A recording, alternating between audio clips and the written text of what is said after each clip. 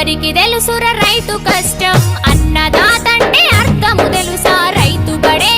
ఆత్మ బాధ ఓసారి వచ్చి నువ్వు చూసిపోరా నీ వెనక ఉన్నా